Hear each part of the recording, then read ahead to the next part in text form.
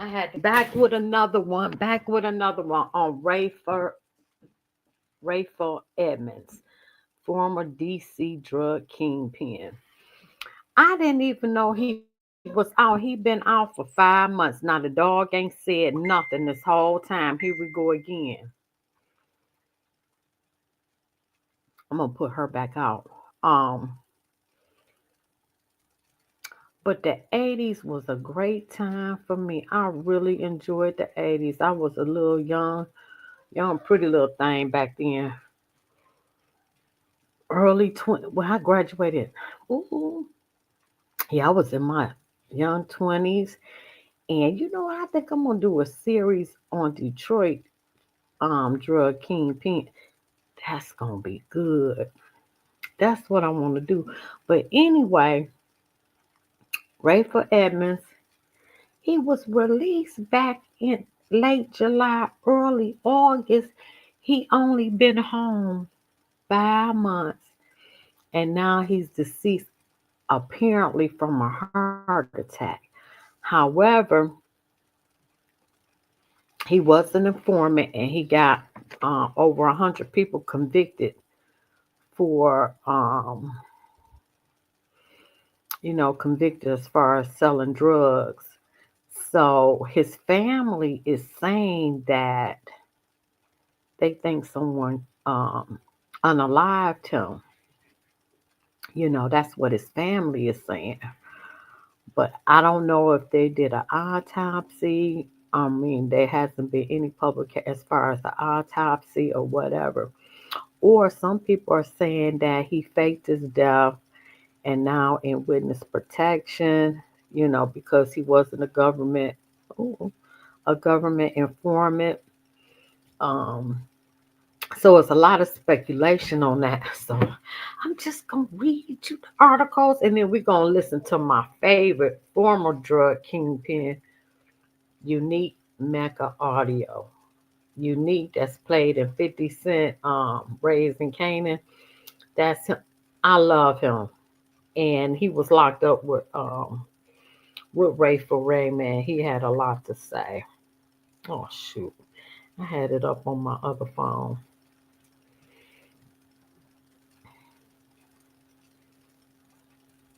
Oh, that's Fat Joe, because I got to talk about Fat Joe too. Okay, here we go.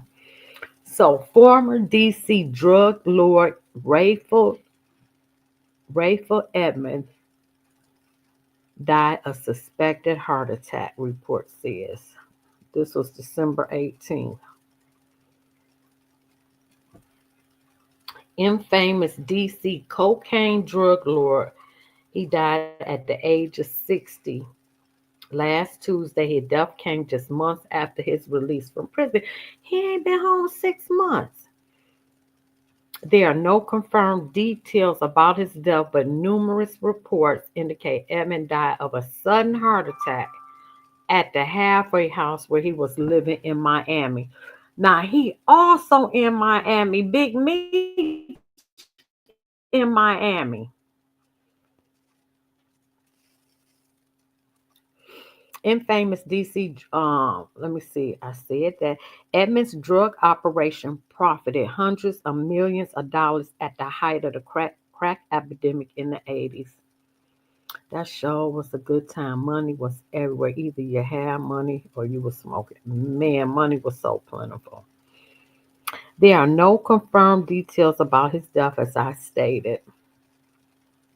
I'm back better than ever, Edmund was seen saying in the only video of him we seen since his release from a federal prison last summer.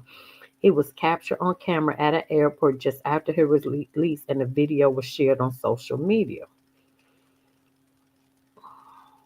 My first thought was, man, I hope he wasn't assassinated. But as it turns out, apparently he died of a natural death.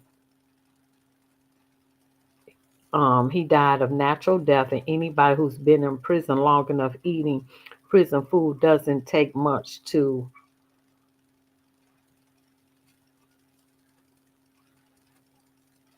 that the prison food is poison.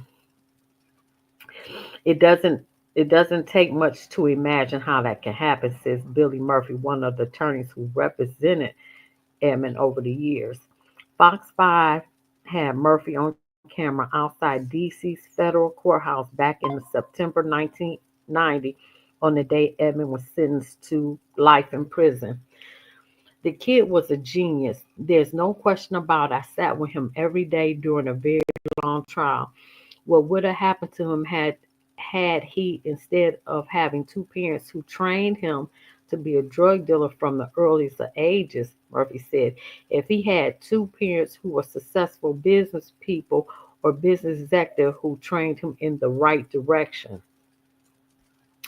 Edmund spent 35 years in prison. He was arrested at age 24 and convicted of running a multi-million-dollar criminal conspiracy dealing crack cocaine on the streets of D.C., leading to multiple murders as well. They said about 30 murders.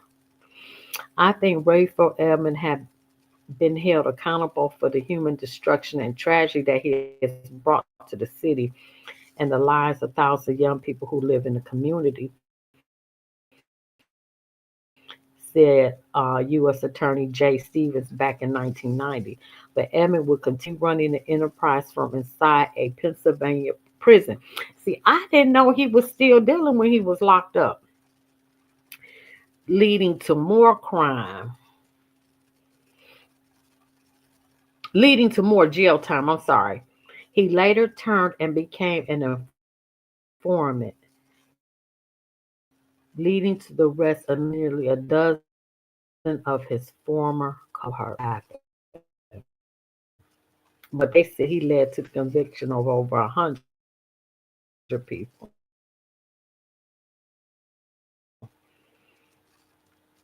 I don't think I'm going to spend the rest of my life in prison. I think I'm going to go home one day, Edmund said in his days. I probably would have loved Ray for Edmund because back then that was just the kind of man that I was attracted to. Drug dealers, for real, for real. While it didn't happen quickly, he hopes became a reality in July 2024. Despite being sentenced to life in prison, Edmund was released into a community last summer, his sudden death coming just 5 months later. There's no word or any services for Edmund as of yet. Fox 5 told the Edmonds 5 by his mother. Now they say that he became an informant to get his mom out of prison. Because I didn't even know she had went to prison. So he got her out. Who also went to prison as part of the conspiracy, and at least one sister. See, I didn't know his sister went. Now, Rayful Edmond, a drug kingpin once believed to control about a third of the cocaine trade in the nation's capital during the crack epidemic of the 1980s, has died in federal custody. Edmond City was known at the height of his criminal empire as the king of cocaine in Washington, D.C. He oversaw a sprawling drug network that fueled the city devastating crack epidemic, contributing to a dramatic rise in homicides and destruction of countless lives.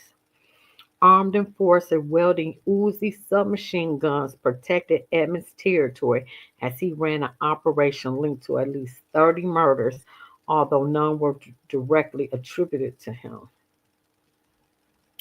The Bureau of Prisons did not release details about the cause of Edmonds' death. Rob Sterling, a spokesman for the Bureau, said only that Edmond had died without any other circumstances.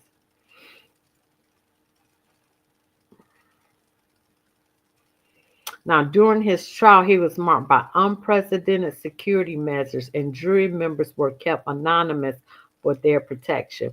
He received a sentence of life without parole and was sent to a maximum security prison in Pennsylvania. He continued to run a drug distribution network from inside the prison. And when I played this video, Unique Mecca Audio, he was like, Rayford came up to him, was like, "You good? You need anything?" And he didn't know what he was talking about. When he was caught, Edmund received an additional 30-year sentence. On top, wow, I didn't know that. He began cooperating with authorities, federal prosecutors, in a motion to reduce his life sentence. Said Edmond helped jail dozens of other drug dealers and break up distribution rings, and even taught prison authorities how to better prevent trafficking inside the prison system. I'm done. I didn't. I'm done. Mm.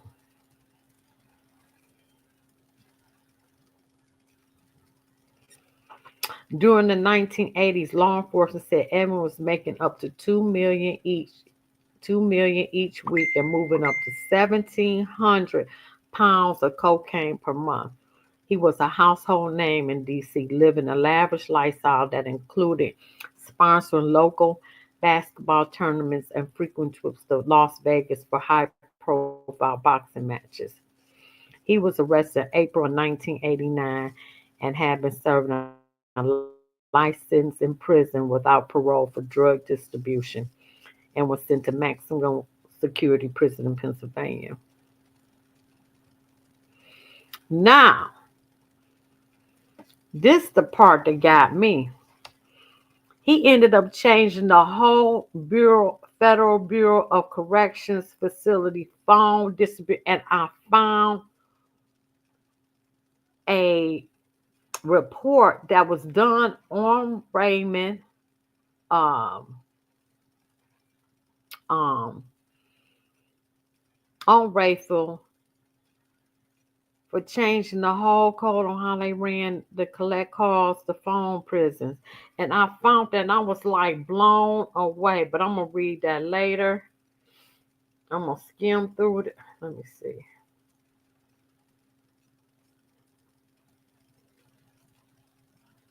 Yeah, but I'm gonna let Unique and then I'm gonna do this. So let me play these videos. Hey y'all, like, share, comment, subscribe. I don't understand. Just hit the like button when I go into anybody thing. First thing I do is just hit the like button and help with the algorithm. Let me find it. Oh shoot, let me find these videos. Oh shoot, that's my friend. I didn't mean to bring her up.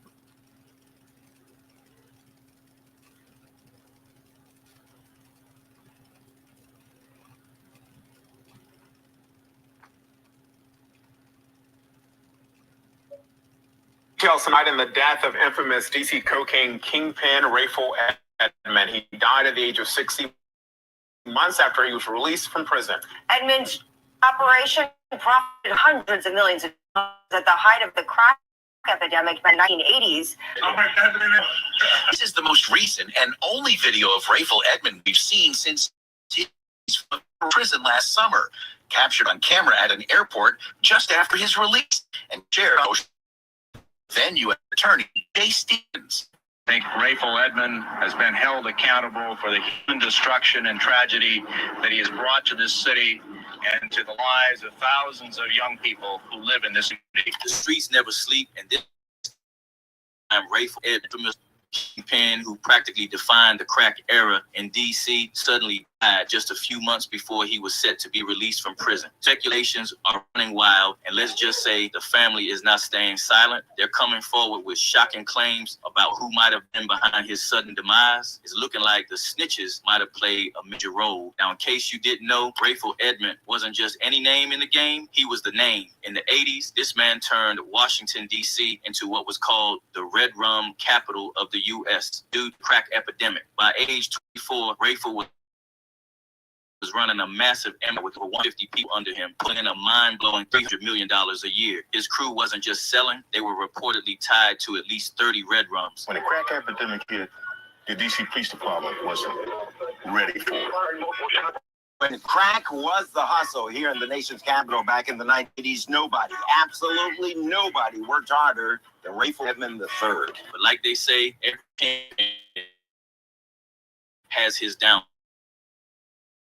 downfall. In 1990, Rayful was hit with a life sentence for run hit, and if that's enough, he managed to keep the hustle alive from prison, getting another 30 years for dealing nose candy while locked up. Fast forward to 2023, and things took a surprising turn. After serving more than 3 decades, Rayful's life sentence was reduced, and he was moved to a halfway house in Nashville. His lawyer and even community leaders spoke out, saying he deserved another chance. He's happy as you can imagine, said Tyrone Park, a DC activist who knew Rayful. It's a miracle that he's home. Rayful was ready to turn his life around, or at least that's what he wanted the world to believe. But then, out of nowhere, news broke that Rayful had died. The Federal Bureau of Prisons confirmed Rayful's death, but kept the details under wraps. No cause of death was released, which, let's be honest, only fueled rumors. People immediately started speculating. Was this just natural causes? Or was there something way more sinister at play? Because let's be real, these kind of are very common. Well, according to Rayful's family, it's the latter.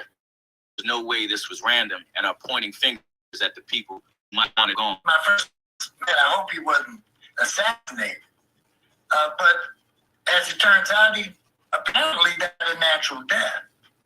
And anybody who's been in prison long enough eating prison food, it doesn't take much to imagine how that can happen. Several That's people not believe true. that this death was just some evidence. It was retaliation. If you know Rayful's history, you know on some of his closest allies back in the day. When Rayful turned informant and started ratting people out, it shook the streets. By the feds, information, the game does get fought no matter how many years go by. There has been wild speculation that some of the people he snitched on might have had connections even after all these years. Was Rayful's release from prison the perfect opportunity for someone to settle the score? After all, this wasn't just some street-level drama. Rayful's empire reached all the way to top, and his enemies weren't small-time players. Rayful's family isn't buying the official silence around his death. They've been vocal, saying the timing is way too suspicious. His halfway placement was supposed to be a fresh start, but it turned into a graveyard. Well, you actually interacted with him? Yeah, Ray used to come to LA.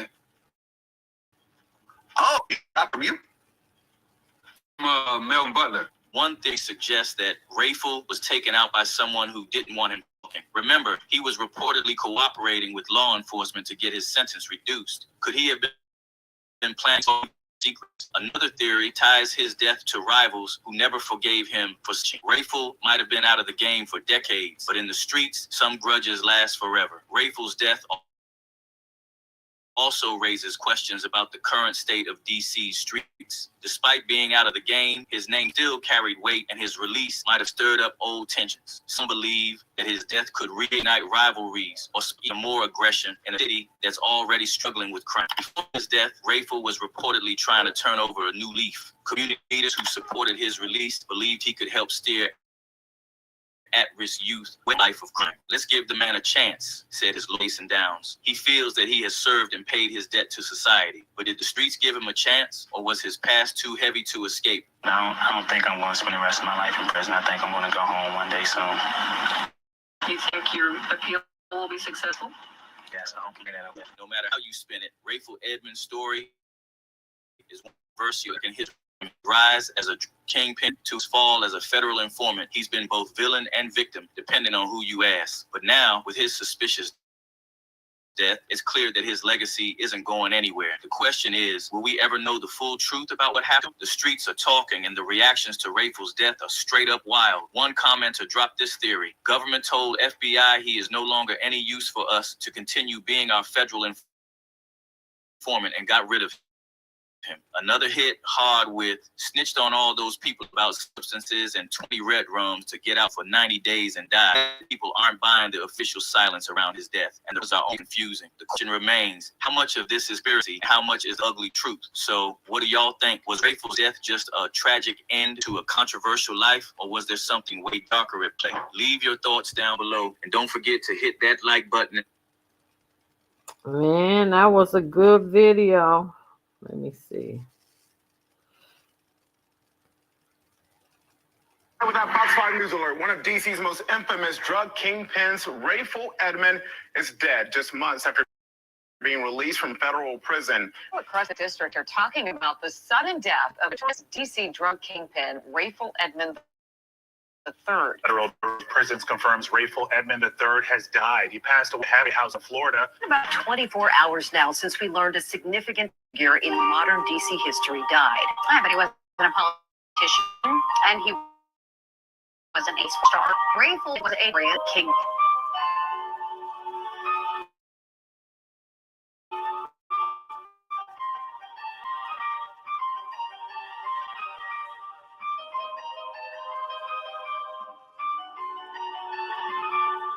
In the late 80s, Washington, D.C. was a city under siege. As with other cities, it descended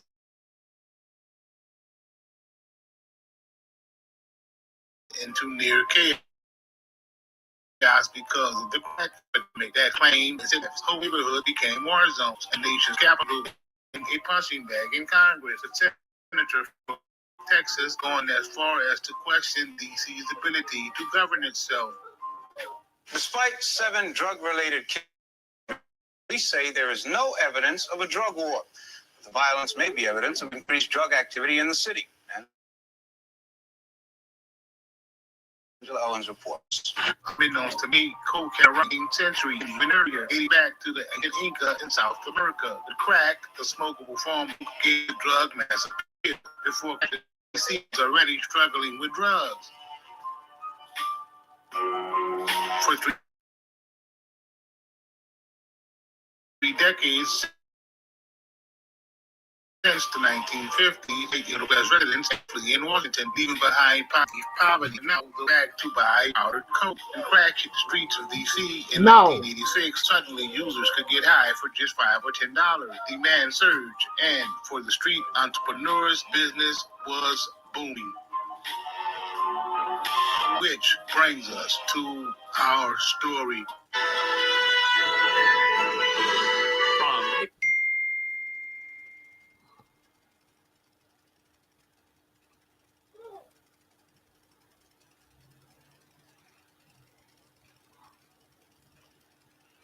Oh, I can take this one off. Now, this how he changed the phone system. I was too through with this. This unique maker. You know what it is, man. Unique Maker Audio. We're in the house. Happy New Year to everybody. Happy New Year. I had a wonderful time. This Big unique shout out to Lou Maker Sims, Audio. Subscribe to him. Cisco Kid. He was locked up with Rayful. Daniel, my man Flip. We always go ahead. put him on that side. And, you know, so one day the map side would be open. The phone would be on all day. You could use the phone. He was talking to Gazelle Blanca's son. You know, that's the one they called the Queen of Cocaine. Her son was there in Lewisburg. Had 5 years. He got deported back to Colombia. When we got to Colombia, he hooked up with Rayful from in the prison, and he started sending cocaine up to Washington, D.C. Dang, he was copping from Gazelle Blanco. Wow. Oh, he had a plug. Oh, that was a plug. I got to start this over. That's a plug. Wow. And he was still the man. And he was still praised and respected amongst the men. Right? This is 1994 when I get to Lewisburg. Him, and he was always on the phone, you know, and you know he's always going to visit. And he said that he had a transvestite coming to see him and all that. I don't know how true that is. I had a transvestite coming to see him that was supposed to be his partner on the street that looked out for him or whatever, but I never seen it, you know. He showed me some pictures one day, you know, with a bunch of girls and some from when he was on the street. And he had a real big kind of brown skin, dark skin, you know, young lady with like a short Holly Berry bob haircut. And, you know, maybe that was a tranny. I don't know. You know, no disrespect when I say tranny or whatever to the LGBTQ. Just letting you know I'm just using the terminology that we use in jail because this is for educational purposes. So now, man, hit that like. Right, hit the like button. Everybody make sure they're listening. Hit that button. Remember to comment and use the emoji. All right. So now, Rayful is there, and he's running back and forth. He's doing his thing. He's getting his respect. You know what I mean? And he was real quiet and low about whatever he was doing, but he was always on the phone. So now, while he always on the phone, he was talking to Gazelle Blanca's son. You know, that's the one they called the queen of cocaine. Yep. Her son was there in Lewisburg. Had a little 5 years. He got deported back to Colombia. When we got to Colombia, he hooked up with Rayful from in the prison, and he started sending cocaine Austin, D.C. to Rayful's cohorts. And I got at now, and at this time he was straight man 100%. Because like I said, he went to trial. He didn't tell. He did what he had to do. So then, you know, we had the riot down there in my block, and from the riot, they went and locked up a bunch of people, and I wound up in 80. I wound up in ADX, and when I'm in ADX, I'm sitting there one day, and Lord, you know, I see Rayful coming out of a police van, you know, the FBI van, and he got a bunch of police with got his little do-rag on it. He's coming out, and he said that Rayful Edmond flipped. I'm like, whoa, he went to trial. You know, I was just with him. He was a man, not even a year ago, you know, and now he flipped. Nah, I can't believe that. But then they went on with the story, and this is the way it played out, so y'all understand. He was on the phone every day. That time they had a map side and a sand side, they called it. You know, one side was for the people, one for that had a lot of time. They classified their record, and they didn't have a lot of violence on their jacket and things like that, so they put them on that side. And, you know, so one map side would be open, the phone would be more, use the phone. Could you believe they had the rotary phones that go tick, tick, tick, tick, tick, tick. Sure did. You know, where you keep in the dial. For you youngins, you have to be. Yep, and then you get something. You have a collect call for such and such and such, and that you had to send money. They called your phone, and it was dialed to your phone company. Your phone bills used to be $900,000. Mine did a month. On my old time, know what I'm talking about. You hit the put your finger in a little round hole, and you take number 8, you go, and when you get it, it spins back. And but when we called out, we actually got a little operator. All go through and your family answer. On the other side, the young girls would say, hello, you have a collect call from such and such. But when we call while the phone is ringing, you know, if nobody answer, you still be on the phone and you're talking to these young girls, and we're in prison, we ain't got nobody to talk to. So we like, damn, you sound good, where you from? And they be from all over the country, all over the world, just get there to make some exit. So we used to pull the girls and just put this call through. You know what I mean? Put the call through because you had to call collect. Only way you could call them was collect. Facts. No prepaid call. Facts. Facts. They still had them old phones with the cord coming off it, you know, and the spiral cord that you just hold to your ear. You know? But I'm sorry, girls and Jones talking. You do just exercising your Mac, make sure you still got it. You know what I mean? You know, we even had girls coming to see us from the local college from off the phone, John, because you call and you there on the phone all every day calling. They only got a certain amount of females answering. And we couldn't believe this, that he told for a bucket of chicken, you know? And next thing you know, he said that he told because he's trying to because his case was locked up in a woman's prison and he was trying to get his mother out. That was an excuse. No crime. Don't go on the street. Don't get on that bull crap because I'm telling you, dudes is going to make up all kinds of excuses when they tell. When you tell they got my mom, they got my pet monkey Bubbles, you know, they got my dog Ginger, you know, they got my daughter. All these reasons for telling. But you know, all this could happen if you run the streets. You put yourself in that line of fire for your family members to be targeted, the administration, and you put yourself in a line targeted by the wolves. Let's not forget the wolves. You know what I mean? So you can't get mad when the wolves grab somebody or, you know, do something to your family member because you was out there in the street and you open yourself up for that. Like I said, my mother got snatched up, pistol whipped and all that, but we ain't go to no police, but the police did not help us get to come at us. For that, we had to deal with that. We couldn't go to the police and say, my mother got kidnapped, I had to do this. We don't do that. You know what I mean? No disrespect. But I'm just saying that so the youngins understand that's how serious this game is, you know? And, you know, whatever it is, man, I'm telling you, don't get involved. It's not worth it, you know? So now, Rayful to say that he told because his mother this and his mother that, you know? And it was like crazy because I couldn't believe that this man told, because I was just with the man and he looked like he was, you know, he had lawyers on the case, fighting his case, and he doing what he got to do. But I guess the new case, you know what I mean, coming down on his head is what really messed him up to make him think, damn, man, I got to try and save myself. Now, he's supposed to be coming out in another 2 years, you know, just so you know, because they said that he cooperated. The crazy thing is the prosecutor's on his side to get out, you know. When I was fighting to get out, the prosecutor was against me the whole time. They mentioned, a 14-year-old girl got hit by a stray bullet. There was 2 murders. You know, he sent down, you know, over 300 keys of cocaine, you know, down to the Hampton Roads area. Don't let him out. You know, he's a violent man. He's a this man. He's a that man. They didn't look at what I did over the 26 years. And I had over 100 certificates and awards for programming. But they didn't care about none of that. You know what I mean? All they cared about is what I did 26 years ago. That's why I respect my judge. I'm going to give a big shout out to my judge, Raymond A. Jackson, down there in Norfolk, Virginia. If y'all was in Virginia, I'm sure some of y'all know Ray dealt with Raymond A. Jackson. But he was the first black judge they had down in Virginia. They brought him up. They brought him up to be a federal judge because he was in the civil level, I think, or prosecutor or something. But they brought him up because my man, Gene Oscar, big shout out to Gene Oscar. He testified at my trial on my behalf. See, so you understand. Now, you know, when a person take the stand for the government, he's a rat. You understand? But a person can take the stand to try and help their comrade beat the government.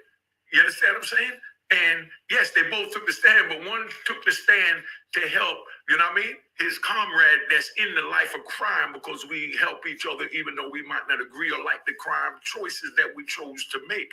But when you get on the stand for the government, now you label it as a rat. But my man, Gene Oscar, he got on the stand on my behalf, explaining to him how everybody, you know, was jumping on people's cases just to get a time cut. Like dudes in the cell and they talk in the unit, they talk to people and they ask them, yo, what you locked up for? Such and such. Oh, you remember this one? Yeah, man, such and such bought about 10 keys. Yeah, he bought 5 keys for me. You know what I mean? Oh, yeah. So then now he goes, the person listening, you know, the informant, he called the prosecutor and he said, hey, I got word Unique told me he sold 5 keys to Whoop the Whoop. You know what I mean? Big shout out to California with the Whoop the Whoop. You know, be like, yo, he sold 5 keys to Whoop the Whoop, blah, blah, blah, blah. So then now until we come down, we're going to debrief you. They bring him down and he tell how he heard it, what I said. And they say, nah, that's not salacious enough. You got to see that he sold 20 keys and you got to see that he had a pistol with him every time, you know, to make it more dramatic for the jury. So they write a movie script using your comrade that was in the belly of the beast with you. Could you imagine this? Yeah, this is how this played out. So don't say I didn't tell you. So youngins, don't get involved in crime. Hit that like button, catch up and say, let's get things rolling. I need to get some more equipment. I got to build another studio. Like my man, Reverend Ike. Don't forget Reverend Ike. For you old timers that's from up north, comrade, you know? But then when you go now and you sit down with the government and say, hey, let me help you solve these cases so that I can get out of jail, and I'm going to tell you about these dead bodies that these other people did that died, that it's not going to hurt nobody, so I feel that I'm telling. You understand what I'm saying? Mm-hmm. Now you're in violation, not for telling on the dead body so much, you're in violation for sitting there with the government. You understand? You see the difference? If you don't, I'll see you down a little slow. A big shout out to my man Kirkbone. Watch Kirkbone TV. Rayful was his co-defendant, good man. And stand up, man. Kirkbone, Rayful lost everything once he told. So you youngins understand, don't go to prison, don't get involved, it ain't worth it. But then now, when you sit down with the government, now you call the government trying to murder. But when you sit down with another comrade and you're trying to help him get out of prison and you conspire with this person and become their co-defendant with writing an affidavit saying that, you know, it was his partner, his best friend or whoever that did murder, you know what I mean? And it wasn't him because that person is dead and nobody can get in trouble anymore. So that's the difference. I know y'all gonna find a way to twist this up. But bottom line, and you know, with a story that you're gonna say that I killed such and such, you know, that this person was killed and it wasn't me, it was my co-defendant. defendant. You understand what I'm saying? I know that's tricky for y'all because y'all trying to find a way to make it right. You know what I mean? To just tell on a dead body. You know what I mean? But when you're telling, you know, when you're working with the government and telling on that body, that's the violation. Working with the government, working with a comrade to tell on a dead body. You understand what I mean? To get body out of jail, that's one thing. But when you're with the government, you understand what I'm saying? When you're working with the government, that's another. Because we don't work with the government. The same I say they grabbed my mother, she got with all that. I run to the police and ask the government to protect me. You know what I mean? Because the government didn't let me get in. And they was my enemy. Like I was their enemy. This at the time, so y'all understand. Because y'all hear now, because the media play games and push things under the rug, like how they push slavery under the rug. Up here and spending all my money doing this. You understand what I'm saying? Trying to look good for you. Come up here looking all crusty and ashy. And y'all be all on the YouTube blog saying that, oh, unique up there looking crashy and as a kingpin. Now he broke it. He making for money. You look for all kinds of things and talking negative. But I don't pay nothing under that crap because the real soldiers that's over here unique make all these. Well, you know what I mean? Whatever he want to do. But if he want to get your spot, you know what I mean? And this is why I became a kingpin. Because this is the mentality you got to have. If you're going to get over on something, you got an issue with somebody, back with them, you find out what they're bringing or whatever they love. Now, I'm going to give it to y'all so y'all can understand. Damn, these Jews so good. They as I'm going. Now you got females, you got females out here watching this. Dudes out there watching this. So female when they do this, she breaks up with the dude, or she's mad at the dude. You know what I mean? She don't go fight the dude because she knows she's not gonna win because she's a female. So what she do is she take a key and she scratch his car up. You know what I mean? Big shout out to the cash app. Somebody just sent me a cash app. Who was this? App. Yeah, MAL app sent me a cash. Oh man. When time changed the same way I stood in jail 25 years. And then now I'm out. You understand what I'm saying? I didn't tell, I could have told, I could have did a whole lot of things to try. So I'm telling y'all, don't go on that side of the fence so you don't have to worry about it. Don't go on that side of the fence because these rules are crazy. They can grab your pet monkey bubbles, you know what I mean? Your pretty cat sweepy, you know what I mean? And tell you that we're going to do this and that. You know, when you put yourself in that situation, when you cross that line, I put myself in that situation. But he changed the whole phone system. Now, let me get to this part. I love him.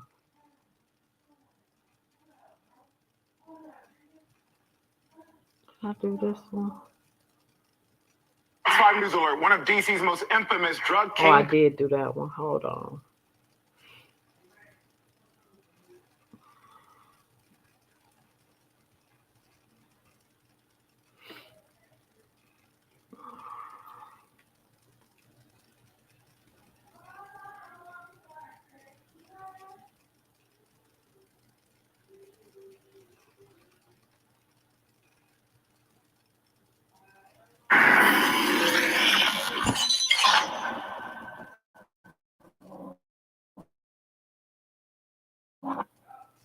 Well, some other people have gotten out of prison. Rayful Edmond. Well, this is the weird part because they're saying he's in witness protection, but there was a video of him at the airport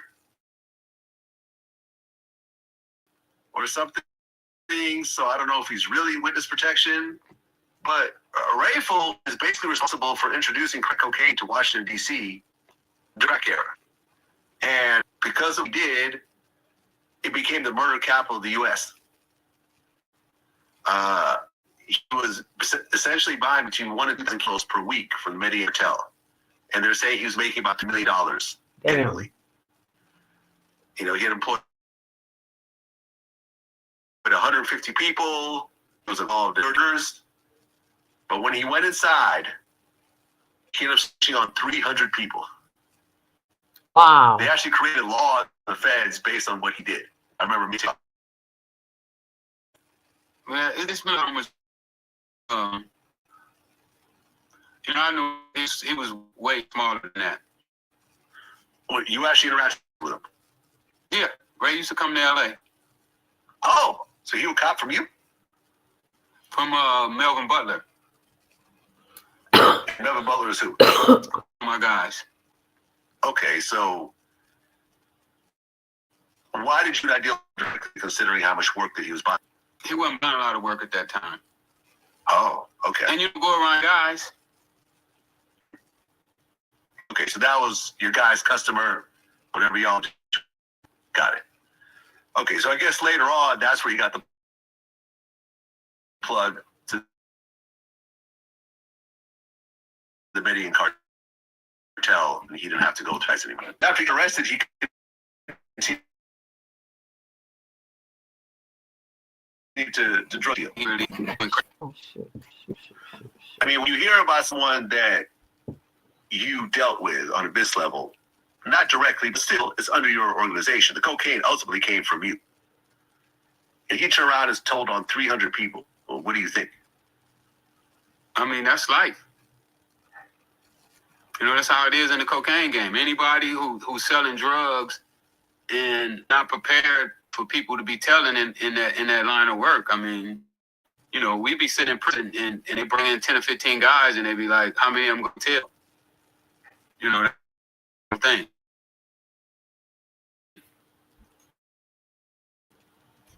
I mean, but there's a really harsh set of rules when it comes to snitches. Like if you're a snitch, they generally put you in peace.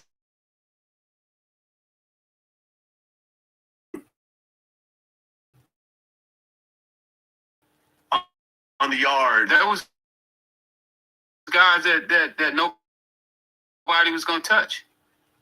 Like Alpo. Why is that? Because he was a tough guy. He whoop your ass. Oh, you call me a snitch and he beat you up. Office. Well, there's also weapons. They defend. If they can defend themselves, they can stay on the yard and people just leave them alone. Absolutely. Okay. I done been in a holding tank where a guy walk in the holding tank and we all sit in the holding tank, all of us, about 15 of us, dudes from LA, and he walk in the holding tank and he said, who got a problem with me?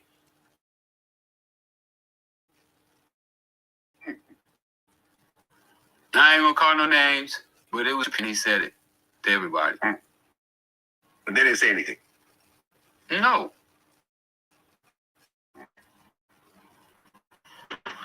Well, some people actually got out also. Ali Zoe Adam, who was one of the founders of Zopound. You heard about these guys? I'm gonna talk about the Zopound.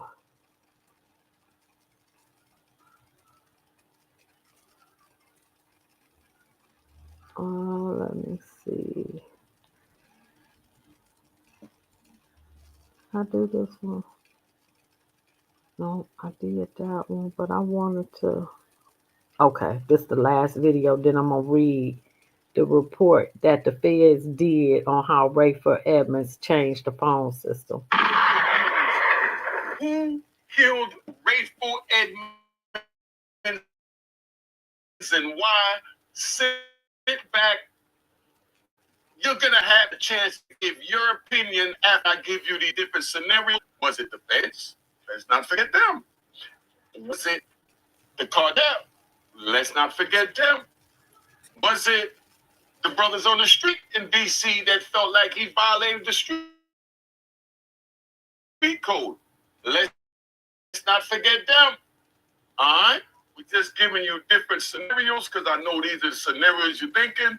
This is not the implicating one, but this is just to express mine from my mind. So I'm going to talk to you. See that cop the book, the QR code on the screen work. Make sure you subscribe at Mecca Audio TV and hit the subscribe button while this is playing now. You're going to have time. Go to Mecca Audio TV, subscribe, hit the notification, and this is how you see these big Europeans coming through the hood, you know? And they didn't even use dark tint. They used light tint back then. Now they use dark tint because they died. But TNT, Red Rum, they want you to know who they was. You see these big white dudes come in, 4 deep. Sometimes they got 5 of them in the car. And when they pull up, they slam on the brakes, they jump out, and they go chasing you through the projects. That's where you see the movies like Boys in the Hood and Menace in Society. They get that from how TNT and Red Rum used to hit the street. But what they're saying is that I'm gonna give you a different scenario. That's why you come here to Unique Make Audio to get my perspective. What they got going on is they're saying that Rayful Edmonds had a few Red Rum, jump outs. We call them jump outs in New York also and on the street. Because they pull up and they slam on the brakes and they jump out and they cheat projects or the alley.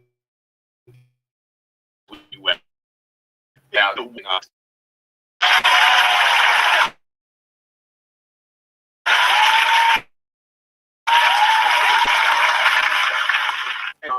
that's where we was at, right?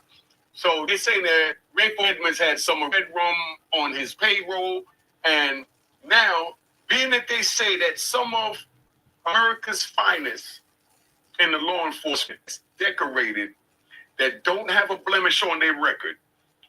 Now, Rayful Edmonds was in a position to put those blemishes on his record by letting it be known that he paid them off and paid for their kids to go to school from that crack era drug money that they was rewarded for being a part of shutting down. And that's what they were there for. Red Rum was there to shut down the crack, right? So do you think maybe Red Rum could have put hit on him, and being that he was still in a holding center, they was responsible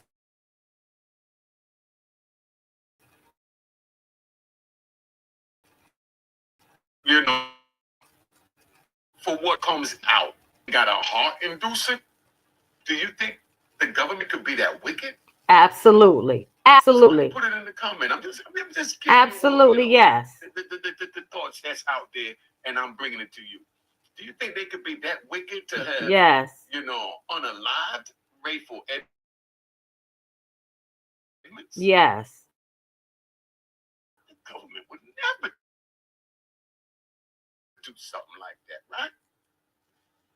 I'm gonna let it go a little further before I give you the because we ride. You get on the phone and you call your people, and then you go back your ass to the other side. I used to go from the sand side to the map side, and B unit didn't have a lot of people that recorded, Now, so the phone is always open. I go down there to use the phone, and who's in the phone booth every day but Rayful Edmonds? Did I think anything of it? No. The reason why I didn't think nothing of it, because whenever the phone was on the sand side that I was on, I'm always in there on the phone all day. Because back then, you make a phone call. They had these phones back then, right? Now, everything is push-button phone. Back then, they had the rotary phone with the cord that come off it, and you pick the phone up, and you click down the receiver, and you dial the number 1, 2, 0, 1. You know what I mean? And you a rotary phone. When you made that call, you got a real operator that got on the phone, a human being. Sure did. College kids from the neighborhood, is from all over the United States. I'm in 4 walls, no windows in those cells. They would have locked you in the basement.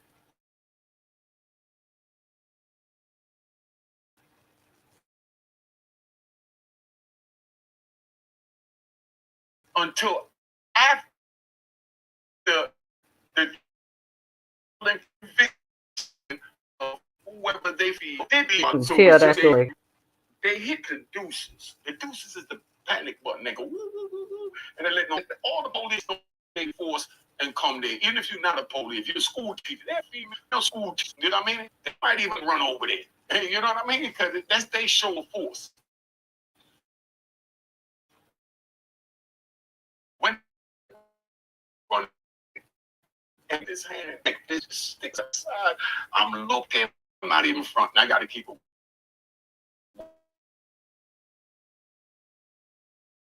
100. You know what I mean? I never say nothing like I'm the biggest gangster. I'm not the when I on StreamYard. And everything went blank. Homeboys dived and grabbed. Side in the middle is what they call the red top, and that's where everything is at. The movie theater, the chapel, the kitchen, you know what I mean? The library, you know what I mean? So all that, right? But the library is on the other side of the gate on that side, right? Just like the commissary is on the other side of the gate on the red top. See, I'm even taking y'all in Lewisburg. I'm going to get a video of a tour of Lewisburg and run that to you. I'm going to do that before the holidays. So I'm going to give you a holiday treat. So now, I'm sitting there and they dived and grabbed me and tumbled me through this gate while this big metal gate is closing. And I jump up pissed like, yo, what's wrong with you? You know what I mean? Like, dude, you done threw me on the floor like you tackled me. He literally tackled me. And then all the homeboys started laughing. They laughing at me. And I'm just keeping it 100. This is how green I was because I just entered Lewisburg. I'm pissed in there all laughing. And they knew that when they told me why he did that, you know, everything was going to change. Huh? And I was going to understand what was going on. Why do you think they grabbed and tackled me to the floor? Put it in the comments. If you put it afterwards, be honest what you was thinking, even though I'm going to tell you why. Because I didn't know why myself, you know. But when they threw me on the floor and I got up and they laughing at me, they said, yo, if you would have got caught on that red top, they would have kept no windows in those cells. They would have locked you in the basement until after the trial and conviction of whoever they feel did this. He said, what? He said, they would have kept you locked in for at least 3 years while this guy fight this unaliving charge. So we just saved you 3 years in a hole just coming on a car. I looked at him, and it didn't make sense at first. It made sense trying to process it. This is a whole new world. They got 2 pistols. I don't like something. I just bust off my hand looks that way. But now I'm in here where they're fighting with knives. Like one punch me can wear about, you know, I look a ratchet, you know, the 007 ratchet. Remember that? Flick, flick. You know what I mean? You know, I Jamaica that, but up here they just bust off. You know, the Jamaicans and the Puerto Ricans, the islanders, they were still fighting with the ratchet. Flick, flick, flick, flick. You know. Now, so when that happened, they telling me that I would have been in a hole until after the trial and conviction. Because they'll grab anybody that's in the red top because they feel they saw. So now they're a witness, or they might have been a part of it, but didn't get caught because they didn't have cameras in the prison then. Imagine all this going on with no cameras. You can just stab somebody and they keep walking. Nobody knows except who's behind them. You know what I mean? That might have seen it, and there'll be 1 or 2 people, and believe me, they not saying nothing because they might have to do the same, and then they still have to live in the prison. Wow. But this is the life that I'm trying to prevent y'all from going down. That's the only reason I'm telling these stories. And we all did over 100 years talking about what it was like doing over 100 years. Let's get back to Rayful. Fast forward to 2023, and things took a surprising turn. With putting your family members, your friends, and your comrades in this position to have to choose a side. This man is responsible for indictments. Who knows how many convictions? If you want to know how many convictions, go check out, right? Let me get my man a plug, right? Let me get my man a plug. Go to DC Blacks. They got the fire DC prison stories. Eon Williams is connected to all the men from the street. So go check out DC Blacks if you want to hear more about this. This is their situation. I'm just speaking on this, not for the person, but for situations. So you understand that it's not worth it to get involved in a life of crime. It's not worth it to be a ups decided to put something in his food to induce his heart because they scared that now that he's out and he tell his stories, he might reveal something out there that want to be revealed. That's one. That's what I think. They put something in Rayful food. He ain't been home but 5 months.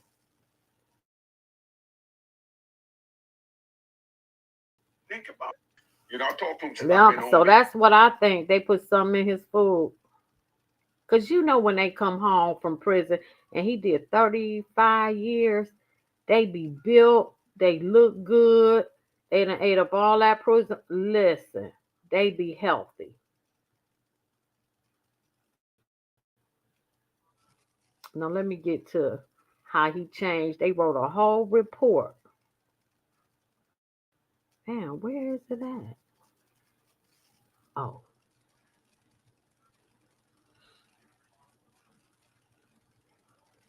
Oh, that's Fat Joe. Oh no, that's Diddy. Oh, I got so much to talk about.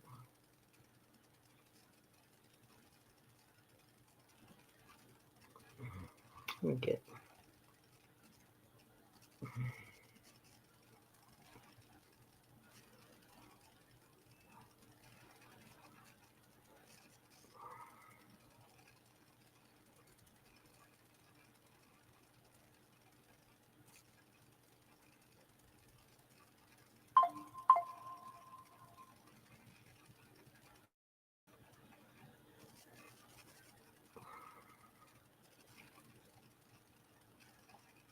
Now they did a 9-page report, August of 1999, how Rayful Edmonds changed Edmond. I got to take the S off. Changed the phone system.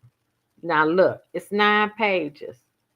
Criminal cause, a review of the Bureau of Prisons management of inmate telephone privileges. Oh, can y'all see that? August 1999, I found it.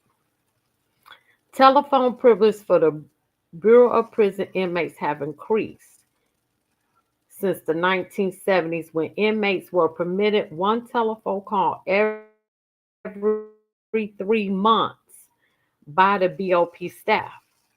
Now, most BOP inmates are allowed to make as many calls as they are able to pay for, or as many collect calls as people outside the prison will pay for. Even though all inmate calls are recorded except prearranged, their attorneys, the BOP listens to few such calls, approximately made by female inmates. Consequently, prison officials, had that activity to discuss these calls. This special review conducted by the Office of Inspector, a significant number of federal inmates use prison telephone calls to commit serious crimes while incarcerated, including murder, drug trafficking, and fraud. And Sam Rayful was still dealing while he was locked up. Although the BOP is aware of this problem for a long time, it has taken um, insufficient measures to prison telephones by inmates. The BOP has failed to respond adequately, partly because the fear of litigation if it made changes to inmate telephone privilege, partly because misplaced reliance on new technology to provide solutions. We believe that the fear of litigation should not prevent needed measures to combat telephone abuse. We also conclude that no technology on the horizon will solve the inmate telephone abuse without aggressive intervention by BOP officials.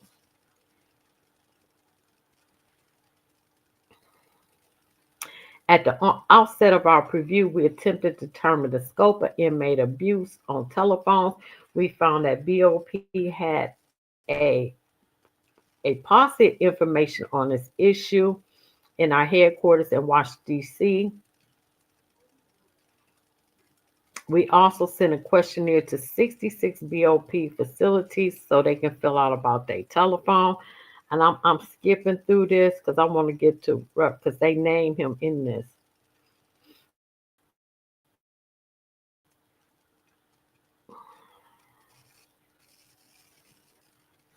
Our interviews, case examinations, data collections, and documents show a troubling picture of the scope and seriousness of inmate use of telephone to engage in criminal activity. From our interviews of law enforcement officials, we determined prison telephones appear to be widespread. For example, the interviews revealed 117 cases which those officers have prosecuted inmates' use of prison telephones to commit criminal acts. 11 of those involved prosecutions for murder or attempted murder under murder arranged by inmates over the telephone. In one case, an inmate used prison telephone to attempt to arrange the murder of two witnesses and a judge and to pay for the execution with illegal money. An additional 10 inmates were prosecuted for schemes to threaten witnesses. 12 were prosecuted for attempts to influence the testimony of witnesses. 5 cases involved fraud schemes. Many involved credit cards. In one case, directed by Prison Telephone, a fraudulent employment matching service scheme involved 1.6 million. Another inmate used prison telephones trucking companies out of more than 100,000. We also surveyed the DEA and any drug cases investigated. And I'm skipping this because I'm not going to read all this. Now, this is where Rayful come in. These statements were supported by an interview of Rayful Edmond, a notorious Washington, D.C. drug dealer who used prison telephone calls at USP Lewisburg to run a drug organization through connects to Colombian cocaine cartel members. Edmond told the OIG that during his incarceration at USP Lewisburg, he talked on the telephone all day long and made arrangements for drug deliveries almost every day, including participating in conference calls to Colombia. Wow. That he arranged to have drugs brought into prison 50 or 60 times. He almost half of Luxembourg inmates were involved in the bringing drugs in, and that most of these drug deals were arranged over a prison telephone, that he had little concern after conducting drug deals on prison telephones. He knew that most calls were not being monitored. He said he also believed that even if he were caught abusing his telephone privilege, at worst he would receive a light punishment or a restriction of his privilege for a short period of time. This is how he changed it. Wow. Based on our review, we concluded that BOB's limited attempts to monitor inmate calls are virtually useless in preventing inmates from committing crimes using the telephone. For example, only 3.5% of tens of thousands of calls made during BOP facilities are monitored. Wow. We found that a few inmates were using prison telephone calls excessively. We found that approximately 74% of inmates used telephone less than 300 minutes during a 1 month period. However, 15 inmates at 9 of the institution we visited spent over 66 hours on telephone during a 1 month period. Wow.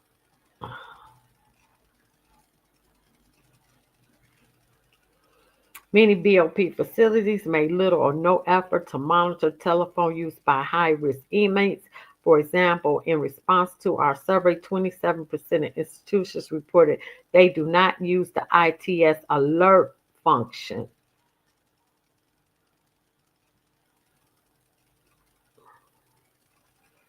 Then they got case studies. Let me see what's the recommendation after that. Back to Edmond. In 1992, the FBI obtained information from an informant about Edmond's continued drug activities using prison telephones and shared the information with the BOP. The BOP still took no action to discipline Edmond or restrict his calling privileges. Finally, in 1994, the FBI learned from another informant that Edmond was to broker cocaine deals from prison. The FBI opened an investigation of Edmond and eventually confronted him with the evidence of drug dealing. Edmond admitted he had continued drug trafficking in prison. Wow. Our review showed that despite significant evidence that Edmond was continuing to engage in criminal activity using prison telephones, the BOP took no measures, restricted his privilege, and extended little effort to monitor his calls. Moreover, other inmates associated with Edmond also used the prison telephone to commit crimes without any response from the BOP. For example, we reviewed the case Naranjo, who was convicted of conspiracy to distribute cocaine in 1979. He had a 12-year sentence in Federal Correctional Institute in Otisville. He used a telephone to participate in conspiracy to import cocaine from Colombia to America to North Carolina. Even after his conviction for the crime, he continued to enjoy full telephone privileges after being transferred to FCI Petersburg.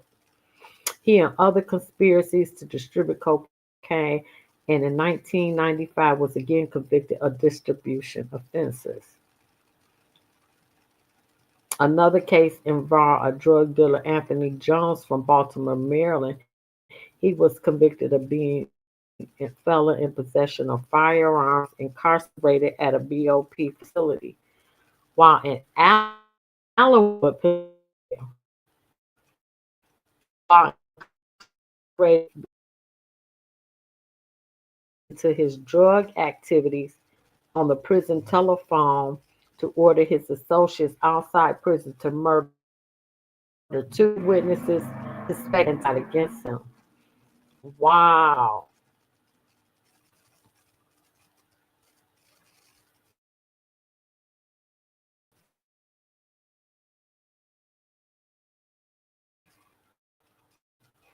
Such a found BOP to problem of inmate telephone abuse for various reasons. Let me see their recommendations. I believe that unless the BOP places minimal restrictions on inmate telephone privileges, steps up to its monitoring of selected inmate calls, and disciplined telephone usage, no significant change will take place. BOP must increase and more consistently discipline telephone abusers. Man, that's how he changed it. Like, share, subscribe, leave a comment. Rest in peace, Rayful. Whether if you are in witness protection now, if you faked your murder, or if they set you up or whatever. Like, share, subscribe, comment.